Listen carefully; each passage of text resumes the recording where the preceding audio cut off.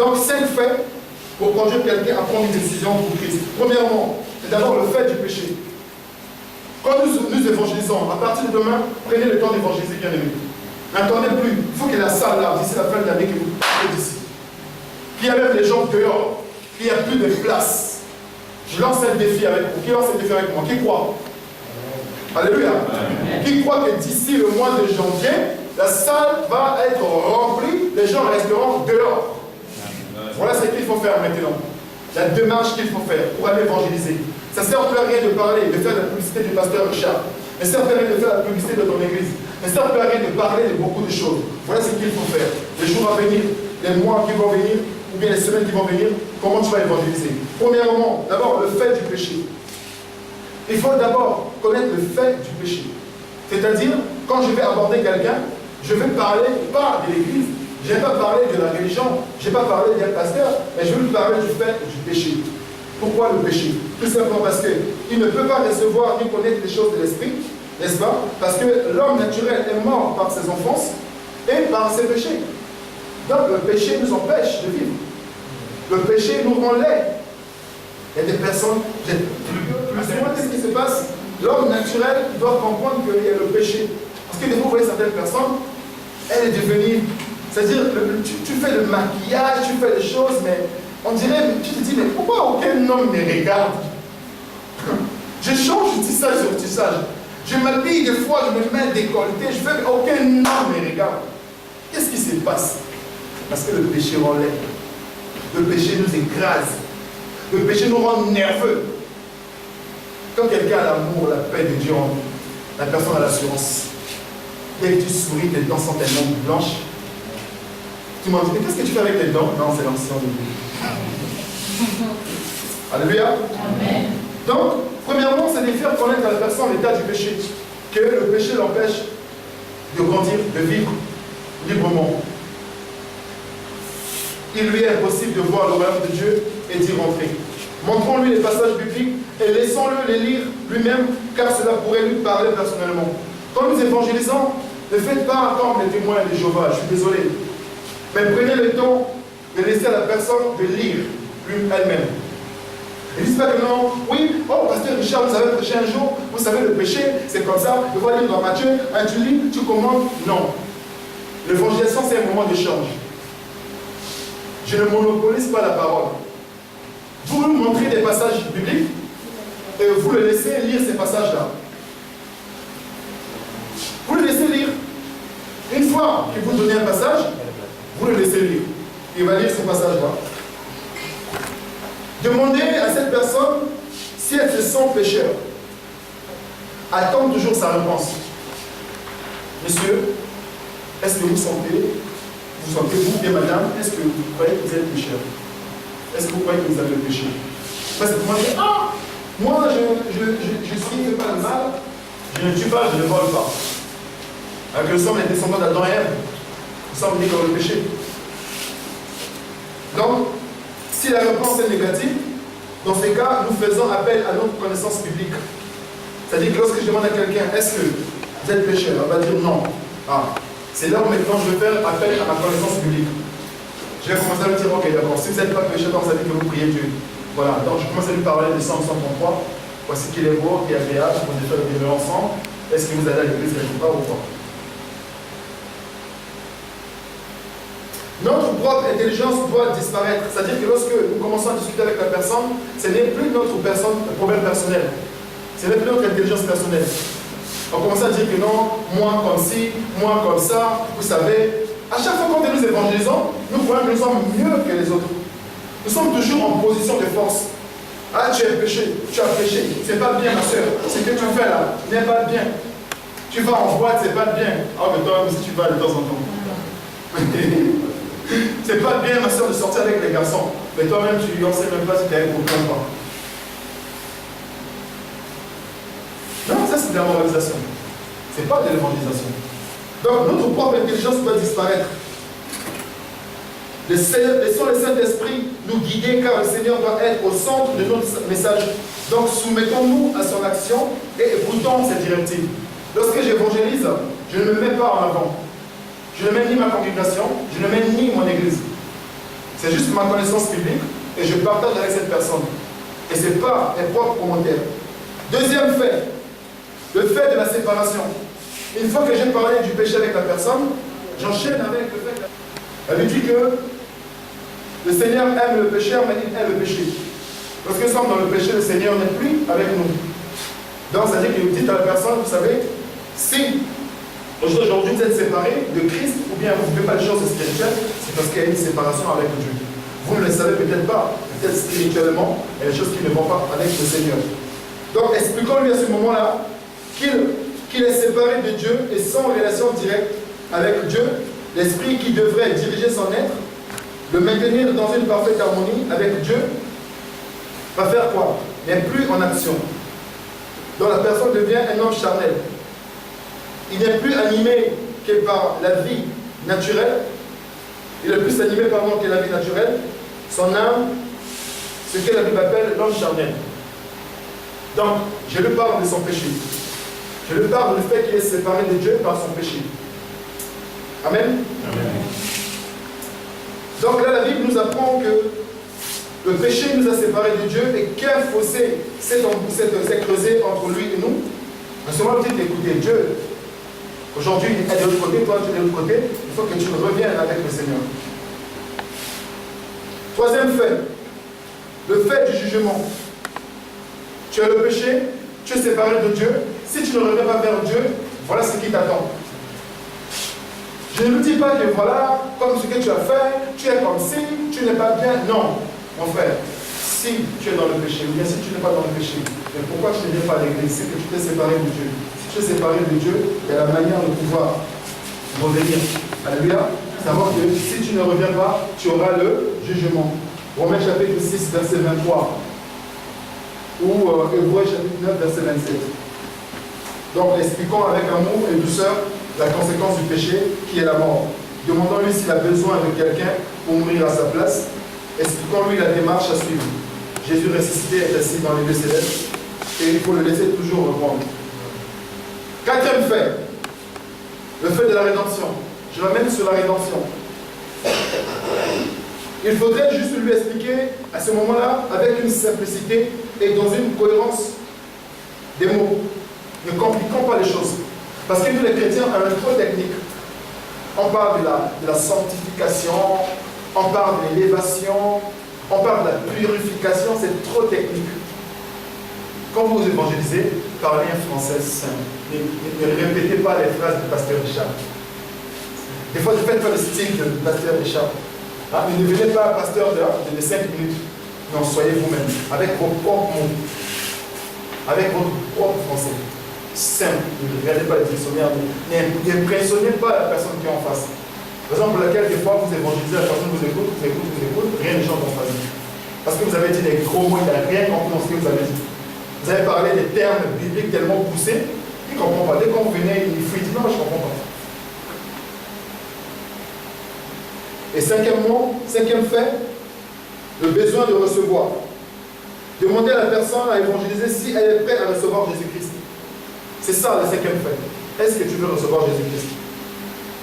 La réponse de ce dernier est très importante. Il faut toujours attendre sa réponse. Il va vous dire, oui, ma soeur, vraiment, j'aimerais connaître ce Dieu-là. Un problème posé, à moitié résolu. Quand il te dit, je veux vraiment connaître ce Dieu-là.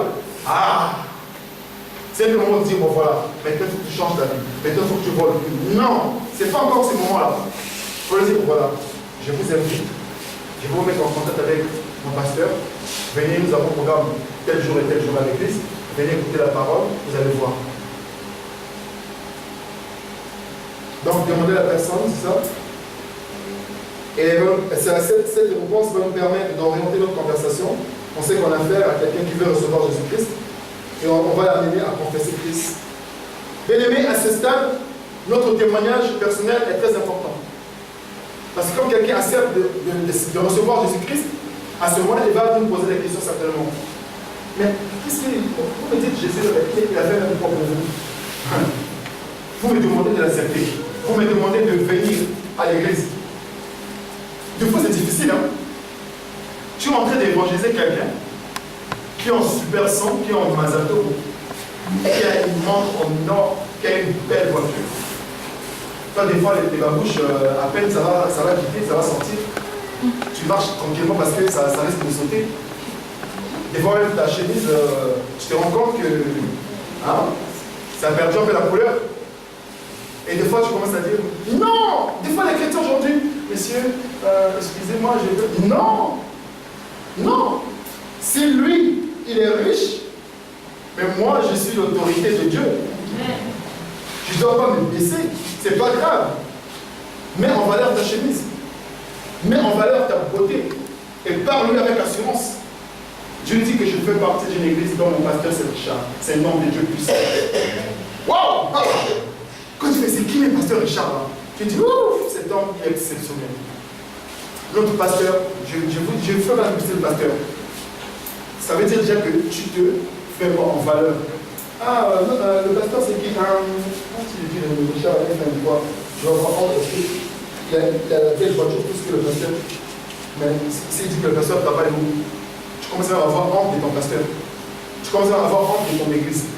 Nous on prie encore en maison, frère. On prie encore en maison, bon, tu sais. Non! Vous priez où? Tu donnes l'adresse. Sans les détails. Oh frère, viens, tu vas voir. C'est merveilleux. Un frère, quand il joue au piano, c'est merveilleux. C'est toi, tu as le gospel. Non, notre témoignage personnel à ce niveau va être important. Parce que la personne va te demander qu'est-ce que Jésus a fait pour toi. Toi, tu es pauvre, c'est-à-dire qu'un jour, on a été évangélisé en France. Je viens d'Afrique. Wow, tu sais, tu viens d'Afrique là. Au début, on a toujours envie d'aller évangéliser, de prêcher l'évangile. Le frère là me prend, on va l'évangéliser porte à porte.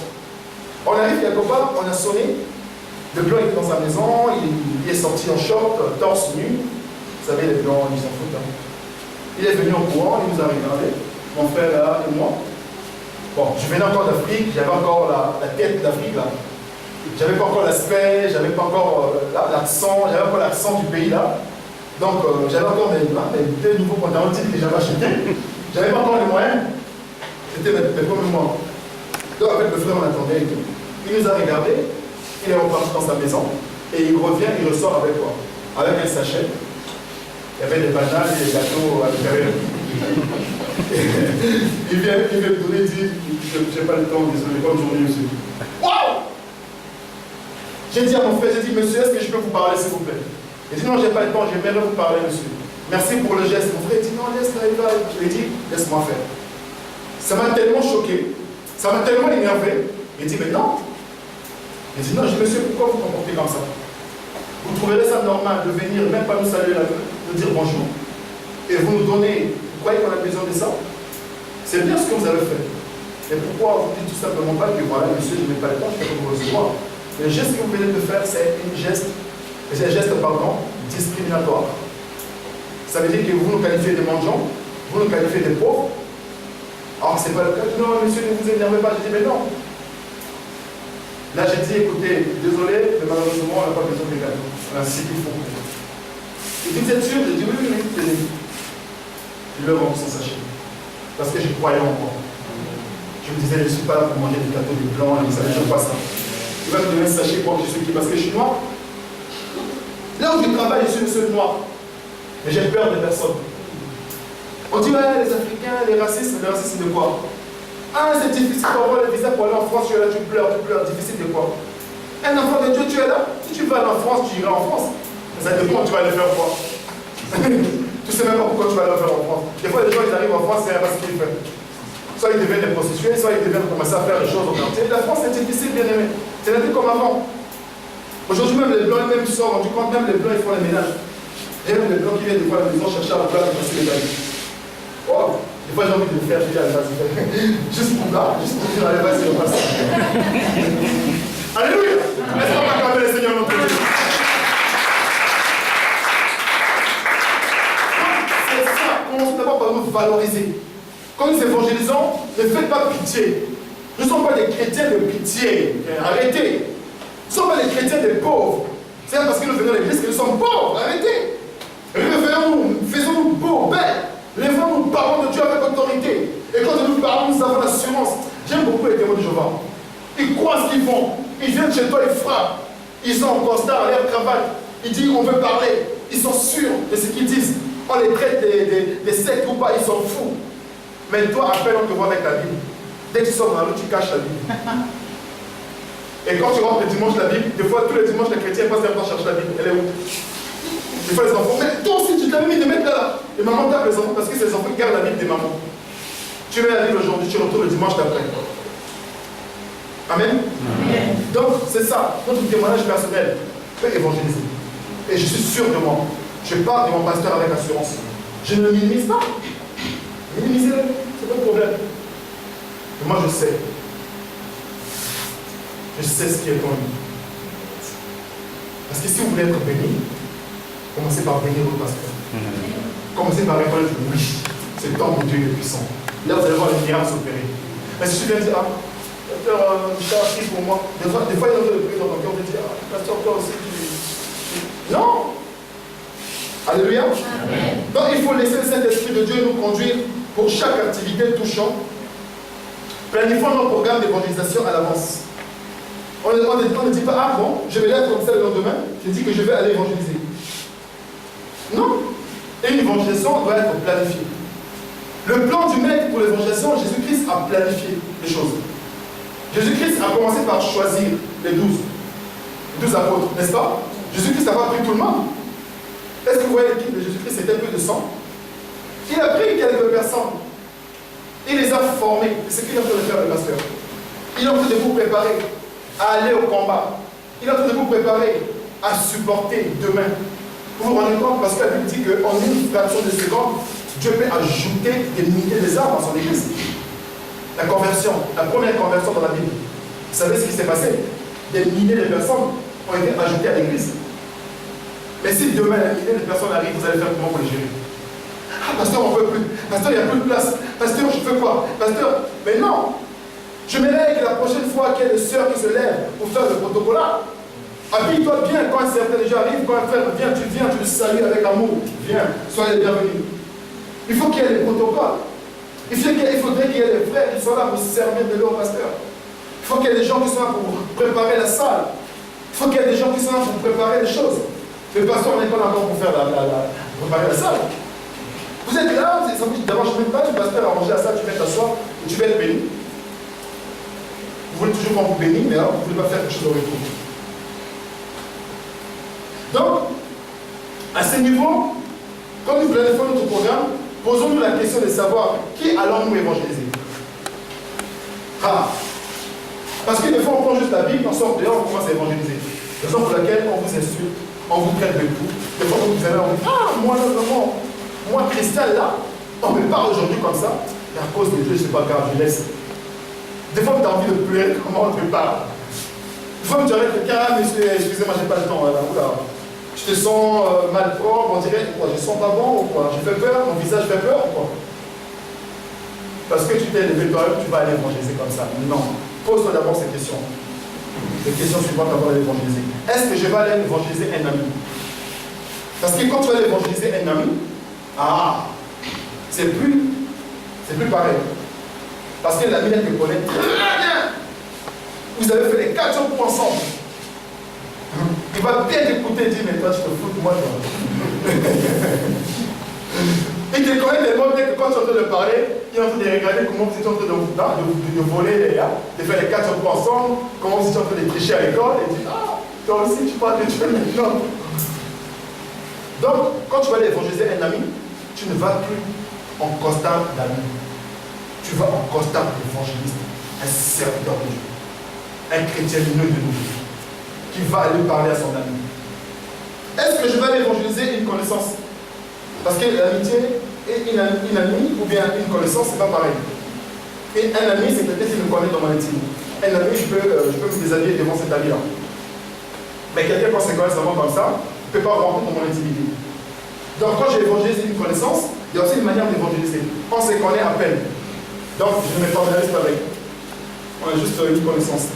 C'est pas mon ami, c'est pas quelqu'un qu'on va commencer. Parce que si tu commences à aller taper sur, je peux taper sur le frère, ah ça va, je viens qu'on parle de Dieu. Mais non, c'est pas ton ami. Des fois, nous on prend tout à la légère, on va évangéliser, on commence à rigoler avec. Non, c'est le manque de respect.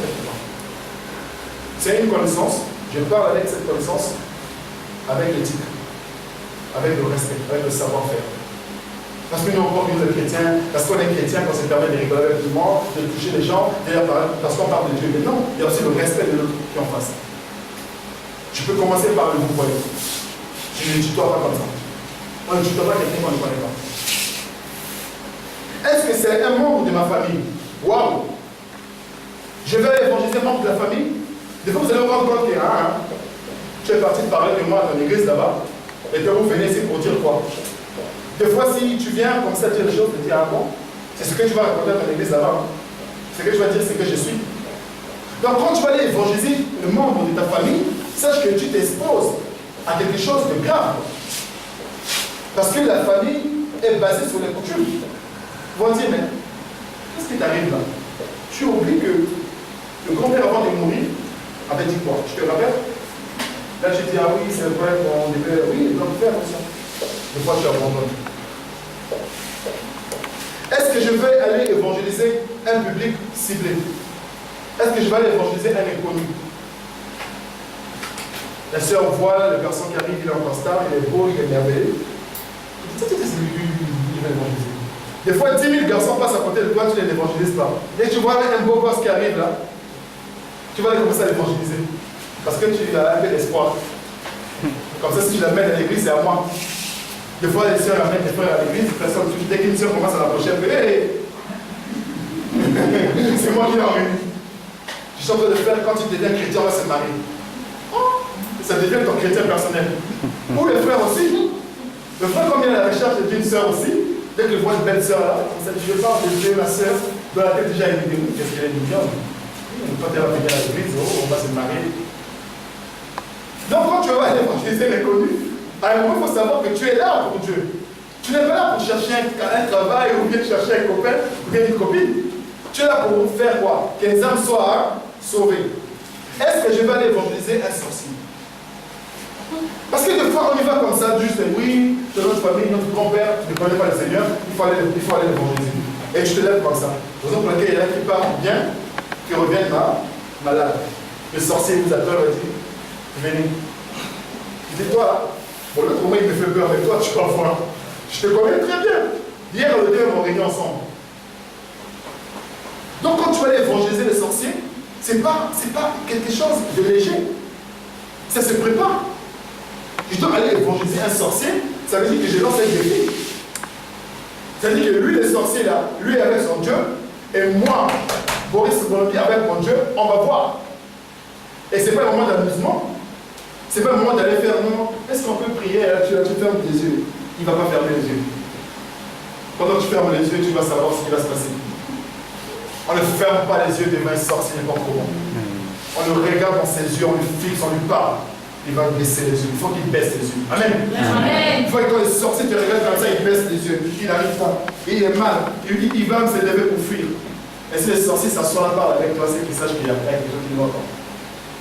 Moi j'ai des signes. Quand quelqu'un est possédé, je regarde dans les yeux, il me regardera jamais dans les yeux. Waouh, j'ai été eu. C'est fini. Je flippe dans ses yeux. Mais frère, pourquoi vous me regardez comme ça? Mais ça vous dérange? Non, parce que je n'aime pas qu'on me regarde comme ça. C'est l'esprit qui est qui les dérange.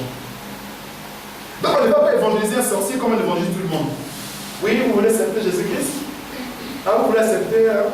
Quand on évangélise un sorcier, on ne parle pas de Dieu, on parle de Jésus. Parce que Dieu, tout le monde peut avoir un Dieu. Il faut lui faire confesser Jésus-Christ. Donc vous allez voir, ça va être difficile de le dire. Parce que ce nom-là, quand ils vont dire, il va dormir. Il ne peut pas le dire. Est-ce qu'on va aller évangéliser un malade? Quelqu'un malade veut la guérison, quand tu veux lui parler d'accepter Jésus-Christ, il va dire oui, j'accepterai. Mais pour l'instant, j'ai le cancer de sein, mon frère, je suis en train de mourir. Qu'est-ce qu'il va faire, Jésus, là? Tu passes le temps de dire oui, il faut l'accepter. Oui, je vais l'accepter. Mais maintenant, est-ce qu'on va aller évangéliser une famille, c'est-à-dire le père, la mère et les enfants? Tout ça, il faut le savoir avant. Donc avant de sortir, tu dis aujourd'hui je vais évangéliser des inconnus. Aujourd'hui je vais évangéliser un ami. Je vais évangéliser un sorcier. Et je prépare ce moment-là. Je prends le temps de le préparer. Est-ce que je vais évangéliser une compatriote? Parce que nous en France, c'est rare. Est-ce que je vais évangéliser un Congolais, un Centrafricain, un Salivois? Est-ce que je vais aller évangéliser quelqu'un d'une autre religion? Je sais qu'il est témoin de Jéhovah, je vais aller l'évangéliser. Ah, comment je vais me comporter? Bien-aimé, comment évangéliser à ce moment-là? Si c'est un ami, si c'est une connaissance, si c'est un inconnu, si c'est un public ciblé, si c'est un sorcier, si c'est un malade, si c'est une famille, si c'est une personnalité, si c'est une compatriote, si c'est quelqu'un d'une autre religion, voilà comment l'évangéliser. Dans notre préparation, voici quelques points à prendre en compte. Préparation avant de sortir sur le terrain, nous allons commencer par ce qu'on appelle l'intercession. J'intercède. Je dis Seigneur, conduis-moi, mets devant mon chemin des personnes, n'est-ce pas, qui vont m'écouter. Mets sur mon chemin, sorcier ou pas sorcier, ami ou pas ami, connaissance ou pas connaissance. Je prie, j'intercède. Donc, première chose, l'intercession. Tu prends le temps d'intercéder avant de sortir. Donc, tu intercèdes pour toi-même, pour ton bilan. Si vous êtes à deux, tu pries pour ton prochain aussi. Parce que des fois, vous vous rendez compte que vous êtes à deux pour aller évangéliser. Moi, j'ai travaillé à la police en France. On nous a appris beaucoup de systèmes. C'est-à-dire que la police municipale, des fois, nous apprend, quand vous avez quelqu'un en face, il ne faut pas vous mettre des façons, parce qu'il y a l'agression aussi. En Afrique, on n'a pas toute cette notion. Il y a une manière d'agresser quelqu'un. L'agression n'est pas que par physique, hein, verbal aussi. Parce que quand, imaginez que tu es en train de marcher, deux personnes se mettent devant toi, n'est-ce pas? Les jambes écartées. Monsieur, nous pouvons parler de Dieu, c'est l'agression. Vous savez que voilà, tu ne vas pas fuir, on est avec toi aujourd'hui. On va voir là où tu vas passer. On dirait, mais qu'est-ce qui se passe? Vous m'empêchez d'avancer, n'est-ce pas? Donc, quand vous êtes en bilan, il faut qu'il y ait une manière de se tenir. C'est-à-dire qu'il faut que vous restez dans le champ de vision de la personne. Il faut que la personne arrive à vous voir tous les deux. Parce que si il y a un frère qui est devant, la soeur est derrière, elle dit, qu'est-ce qui se passe? Il dit, mais qu'est-ce qu'il veut me faire? Ils ont un flanc ou pas? Donc, il faut que vous restez devant. Et il faut que chacun parle à son tour. Et vous êtes en complémentarité. Donc, je prie pour mon bilan. Je le permets de pouvoir aussi être en harmonie avec moi. Amen. Je prie aussi pour le but visé. C'est-à-dire que nous allons évangéliser pour quel but? Est-ce que nous allons évangéliser pour pouvoir ramener les chrétiens aujourd'hui ou bien leur donner l'invitation une autre fois? Je vais aller très vite. Troisièmement, il faut les matériels du but. C'est-à-dire, avant d'aller évangéliser, je me prépare des matériels. C'est-à-dire, il me faut une Bible, soit des brochures, soit une carte de membre. Cette église vous appartient. Ça veut dire que vous êtes membre de cette église. Normalement, vous devez avoir la carte de membre. Parce qu'imagine la personne de membre, vous faites partie de quelle église? L'église de Chakaba, c'est quoi quelle église? Vous êtes même qui? Je suis membre de l'église. Quand tu sors ta carte, je suis membre de l'église interne, ça fait sérieux. Alléluia. Donc les matériels, une Bible. Tu ne peux pas aller évangéliser sans Bible. Des fois, comme ça, par circonstance, je te mets à évangéliser. Il faut que ce que tu dises soit lu, soit vérifié dans la Bible. Il faut que tu aies des brochures, il faut que tu aies une carte de membre. Et quatrièmement, il faut ce qu'on appelle, je vais choquer certaines personnes, ce qu'on appelle l'hygiène corporelle et vestimentaire. Voilà. Je prépare ma Bible, je prépare mes affaires. Je sais qui je vais évangéliser. Je prends le moment d'intercéder. Et je rentre maintenant dans la préparation. Comment je vais me préparer. Voilà. C'est-à-dire que l'hygiène corporelle et vestimentaire. Parce que des fois, vous êtes en train d'évangéliser un frère, la manière dont vous avez mis votre rouge à lèvres, c'est ça qui déconne, c'est pas autre chose. Hein. Et toi, tu sais pas, tu es là, le Seigneur t'aime. En plus, des fois, les sœurs se tiennent comme ça. Le Seigneur t'aime. Le frère dit, le Seigneur. C'est vrai, pas là, tu vas voir. Tu finis, je laisse parler, ma soeur, tu vas voir ce que je vais faire. Toi, tu ne sais pas, tu as une occasion, tu es parti pour évangéliser, mais tu tombes dans le cycle de l'ennemi. Parce que ton corps a été à la source de la chute de cette personne. Tu as permis que ton corps qui doit être fermé, tu mets les décolletés à un moment, même un habit transparent, il regarde soit ton sous-vêtement, soit ton soutif, à travers ce que tu as mis. Des fois, le rouge, des fois, même tu. Il y a des sœurs qui. Il y a des sœurs, des fois, quand tu mets même les crayons, les trucs, tu te dis, mais. C'est quoi? C'est le fait d'Halloween ou quoi? Parce qu'à Halloween en France, les gens ils se déguisent, ils mettent des choses, comment? Des fois, les sœurs, vous exagérez un peu. Des fois, les crayons que vous mettez là, des fois, ça fait un peur. Puis tu me dis, mais qu'est-ce qui se passe? Vous êtes belle naturellement. Mais tu as mis des rouges à lèvres, des crayons, des trucs. Des fois, le fond de teint, ça a deux visages en fait. De ce côté-là, la souillère a amené ça. Et de ce côté-là. Des fois, vous parlez de frère Regan et dit, la pauvre. Non! Hygiène corporelle. Des fois, tu as même le mouchoir, la soeur vient le faire à essuyer, ça reste de coller, comme ça sur le visage. Tu es en train de parler. Mais non! Prépare-toi, mets-toi dans les conditions. Prends ton déodorant, tu mets, il faut que tu sentes bon. Parce que quand tu parles à quelqu'un, il ne faut pas qu'il soit mal à l'aise. Parce que la laine, ton odeur, le dérange. Tu ne sais pas. Des fois, tu vas évangéliser les gens. La soeur, là, on dirait, je ne sais pas si elle sait laver ou pas, elle sent pas bon. Non! Non! Pourquoi tu te fais pitié comme ça? Tu dis, ah, je me lave vite fait comme ça, je vais aller évangéliser, je n'ai pas les moyens. Pourquoi? Non! Lave-toi bien. Mets-toi dans les conditions.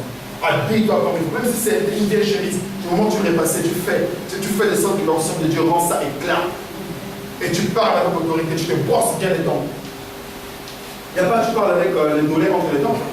Des fois, quand tu rigoles, tu as les dolets encore sur les dents, tu vas brosser les dents. Tu te demandes, mais j'évangélise, personne ne m'écoute. Et parce que les personnes ne te respectent pas. Ils te disent, des fois les frères, tu les vois avec une grosse Bible, la Bible même les a fatigués déjà. Je ne sais pas si c'est lui qui porte la Bible ou la Bible qui le porte. Il va là, il revient. La Bible est tellement lourde. Il passe son temps, la chemise de... Non, non, non, nous prions un Dieu de valeur. Un Dieu qui est puissant. Peu importe. On n'a pas utilisé les mêmes moyens, mais vous êtes belles, vous êtes beaux. Prenez le temps de vous laver comme il faut. Prenez le temps de prendre soin de vous avant d'aller évangéliser. Des fois, vous voyez, même les déodorants, des fois, on n'a même pas les déodorants sur la chemise. Des fois, le frère, ça laisse des traces sous les bras. Comme vous dites, mon frère, le frère regarde et dit, ah, qu'est-ce qui se passe? Tu bloques l'évangile. Parce que la personne, déjà, tu ne connais pas, c'est un inconnu, il tient compte de ces choses-là. C'est des choses à tenir en compte. Je vous dis ça pourquoi? Parce que j'ai fait beaucoup d'évangélisation. Les gens, des fois, me disent, ah non, non, non. Les gens disent, bah, c'est un pauvre, donc c'est quelqu'un qui n'a pas de moyens, il ne prend pas soin de lui, il cherche un escroqueur, comme ça. Mais quand tu viens en cravate, chef d'entreprise, nous sommes des chefs d'entreprise dans le Seigneur, bien habillés, et tu parles avec autorité, la personne va t'écouter. Et quand tu rigoles, tes dents sont bien propres. Tu n'as pas honte d'avancer. Des fois, tu parles pas comme ça pour quand je la lève. Non. Quand je lève le bras, même si tu as transpiré, ça sent bon. Tu es fier de toi, tu parles avec fierté. Tu ne minimises pas, tu dis, comme j'ai transpiré, excusez-moi, j'ai transpiré, vraiment, tu fais la pitié. La femme dit, bon, tiens, je donne 2000 francs, on va manger un petit peu. Comme le père nous a fait. Des fois, la couleur des cheveux. Des fois, il y a des tissages, il y a certaines sœurs, je ne sais pas qu'est-ce qui se passe. Le tissage me vole la beauté que tu as. Il y en a qui sont jolis, hein. Il y en a qui sont bien faits et tout. Mais les tissages, des fois, tu sais, ça donne une grosse tête à la personne. La personne, on dirait, apporter quelque chose. On dirait, ça l'emmène par-ci, par-là. La sœur, elle est comme ça, tu vois le tissage comme ça. Non! Arrange-toi les cheveux, fais une bonne coupe. Va même au salon, tu dis, waouh, j'ai une évangélisation. Je vais au salon, je vais me coiffer pour l'évangélisation. Fais-moi une belle coupe. Et autre chose pour finir, connaître parfaitement le programme de l'église. Ah frère, vous priez quand on prie des fois les... ah bon? Vous ne connaissez même pas le programme de l'église. Il faut connaître le programme de l'église. Voilà, nous prions tel jour, de telle heure à telle heure.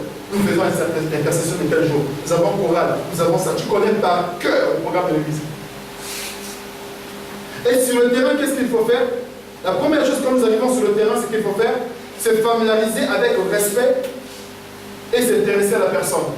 C'est-à-dire, je ne viens pas, je commence à tutoyer. Tu vas bien? Non, je ne la connais pas. Excusez-moi, mademoiselle, bien madame. En France, on dit mademoiselle, c'est arrivé maintenant, c'est madame. Je ne pas. Madame, bonjour, vous allez bien? On ne tend pas la main en premier. Parce qu'il y a des personnes, si elles peuvent agir que vous, il y a des savoir-faire. On ne tend pas la main à quelqu'un qu'on ne connaît pas, on ne connaît pas sa position. On vient d'abord, madame, bonjour, vous allez bien? Si vous tendez la main, vous tendez la main. Vous ne serrez la main. On ne serre pas la main à quelqu'un comme ça. Parce que des fois, vous allez comme ça, il y a des choses qui déjà, le savoir-faire, tout là. Ça bloque déjà tout. Donc, vous allez vous dire bonjour à la personne. Vous vous familiarisez d'abord avec la personne. Madame, bonjour, comment allez-vous? Vous allez bien? Écoutez, moi, c'est Boris Molovi. J'habite à telle adresse. Je suis fonctionnaire dans tel domaine. Je suis marié. Tout de suite, tu as fait la carte de visite. Tout de suite. Si c'était une soeur qui croyait que le frère va me draguer, tout de suite, ah, j'ai affaire à un homme marié. Donc, c'est mort. Soit je les casse, soit bon, je l'écoute parce que c'est quand même un homme respecté marié. Tu te présentes. Elle va dire, frère, est-ce qu'on peut pas? Est-ce que c'est ton frère? Les Bleus, ils n'aiment pas ça. Nous, les Africains, on se connaît, on va dire frère. Ça passe, mais les Bleus, je l'appelle frère. Nous sommes frères, vous, monsieur, excusez-moi. Donc, monsieur, bonjour, vous allez bien? Moi, c'est Boris Molovi. Comment allez-vous? Ça va bien. Voilà, écoutez, nous sommes dans le cadre de l'évangélisation. Est-ce que vous avez quelques secondes à nous accorder? On demande par respect. Est-ce que vous avez quelques temps à nous accorder? La personne va vous dire oui ou non. Si vous dites non, c'est pas grave. C'est dommage, est-ce que vous avez pas le temps aujourd'hui, mais est-ce que la prochaine fois, on peut se voir pour discuter tout simplement. Bon, écoutez, quand vous êtes blessé, je vous donne la carte. Vous appelez, c'est notre pasteur, vous appelez si un jour vous avez besoin de discuter. Je vous laisse partir. Voilà pourquoi il faut avoir ces outils-là, ces brochures. Si la personne n'a pas le temps, vous lui laissez un brochure. Et ce qu'il faut avec quelqu'un de Jéhovah. Quand il vient parler avec vous, il vous laisse un tour des gardes. Il y en a qui lisent après qui sont dans le panneau. Donc, je me familiarise avec la personne, je viens à son niveau, je le respecte. Ne pas confondre étude biblique ou débat public avec l'évangélisation. C'est-à-dire que quand je vais évangéliser, je ne suis pas dans une période de débat public. Ah, bon voilà. Mais vous, les Mormons, vous êtes comme ça. Ah, mais moi, chez nous, on ne prie pas comme ça. Ouais, donc, ça devient la discussion. Bon, parle, moi, je vais t'écouter. Chez nous, c'est comme ça. Chez nous, débat. Ok, au revoir. Tu sais maintenant ce que vous avez dit. Tu as fait le débat. La personne est partie, tu es parti. Ou tu fais le public. Bon, on prend tel verset, on va lire. C'est tel verset, ça veut dire que Dieu ceci, Dieu cela. Bon, souvent quand le pasteur prêche, il dit que, bon, voilà. Vous savez, dans le livre de 1, il est dit que, ouais, bon, voilà. Vous savez aussi, quand on parle de ça, ça veut dire que, des fois, depuis que je parle de quel moment, vous allez voir parce que vous aimez le Seigneur, mais ça fait un peu trop. À un moment, tu ne suis plus. Parce qu'à chaque fois, de donner beaucoup d'informations, la personne ne peut plus suivre. Amen. Donc, ne pas comprendre Dieu biblique et l'évangélisation. Connaître l'identité de la personne, c'est très important. Bonjour madame, moi c'est Boris Molovi et vous. Ah, c'est déjà la bonne chose. Monsieur ou madame, tu peux gagner. Non, moi c'est Boris Molovi et vous. On va dire, appelez-le par son prénom. Ah, Denis, c'est déjà se familiariser. Ça veut dire que tu crées déjà un climat, n'est-ce pas, de famille. Je le connais son nom, je connais son prénom, j'appelle par son prénom. Parce que quand tu appelles quelqu'un, c'est pas poli. Excusez-moi, à chaque fois, excusez-moi, vous savez, ça met à distance.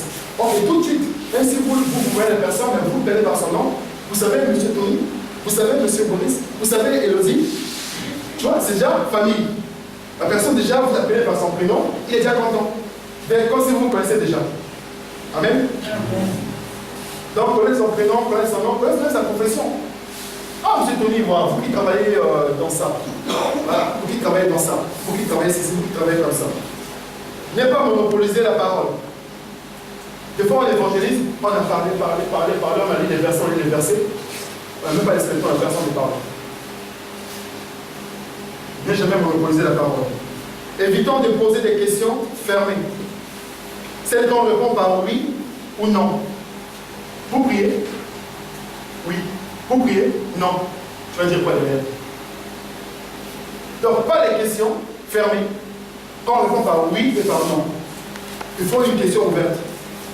Alors, vous savez, est-ce que vous avez l'habitude souvent d'aller à l'église? Quand vous allez à l'église, c'est-à-dire que vous avez c'était quand? Vous poussez la personne à faire une phrase. Ah, je ne vais jamais à l'église. Quand vous dites, vous allez à l'église? Non. Je suis pressé. La question est fermée. Vous priez? Oui. La question est fermée. La personne, elle passe pour la tête. Oui, non, oui, non, oui, non. Donc, question-réponse, question-réponse. Vous dites, ça va? Vous êtes satisfait? Non. Prenez le temps d'échanger. J'échange avec quelqu'un que je vais me familiariser. Je connais son prénom. Je m'intéresse à la personne. C'est qu'elle fait. Est-ce qu'elle travaille où? Voilà. Même si je pense qu'elle est loin. Ah, vous êtes de quelle origine? Tu peux dire, ah, moi je suis pas ça. Ah, mais moi aussi je suis pas ça. Vous pouvez parler en langue. Ah, mon Dieu, ça dit, ah, vous êtes de chez moi. Oui, oui, mais ça familiarise. Amen. Amen. Être souriant, honnête, concis, précis, poli et tolérant. Être souriant. Papa s'énerver. Il m'énerve, lui là. Il répond toujours mal. Il ne répond pas quand on parle. Tu commences à t'énerver. Tu commences à être stressé. Il m'énerve, lui là. Pourquoi il dit ça? Pourquoi il parle comme ça? Tu commences à t'énerver. Non, sois souriant. Ce n'est pas une affaire d'État, ce n'est pas une affaire personnelle, c'est l'affaire de Dieu. Sois souriant. Sois concis. Sois précis. Pas des longues phrases. Pas des commentaires comment, mais sois précis.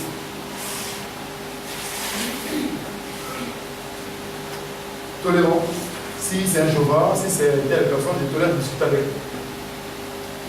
Évitons d'employer des termes trop techniques, comme j'avais dit tout à l'heure. Onction, sanctification, cure d'âme. Ah, ma soeur, vous, donc par rapport à votre cas, il vous faut une cure d'âme. Mais si tu es en face de toi quelqu'un qui te connaît, est-ce que tu t'es vu toi avant de lui parler? Si quelqu'un qui connaît, ou bien quelqu'un qui te parle, on va dire, mais c'est quoi cure d'âme? Si tu te dis, excusez-moi, madame, c'est quoi cure d'âme? Bon, je ne peux pas vous dire ça aujourd'hui, il faut revenir, notre pasteur va expliquer ça. Tu connais maintenant qu'est-ce que c'est une cure d'âme? Tu emploies le mot parce que le pasteur l'a dit. La sanctification, qu'est-ce que ça veut dire? Tu emploies les termes, l'onction, qu'est-ce que ça veut dire? Tu évangélises avec les termes que je ne connais pas les termes trop techniques. Attendre son tour pour parler si on est en binôme. Ma soeur avec moi, mon frère avec moi, nous sommes allés évangéliser. Je parle à mon tour, il parle à son tour. Et pendant que le frère est en train de parler, moi j'intercède. Pendant que moi je parle, le frère prie pour moi. Et pendant que vous êtes en train de faire ça, pendant qu'un prie, il faut que l'un parle.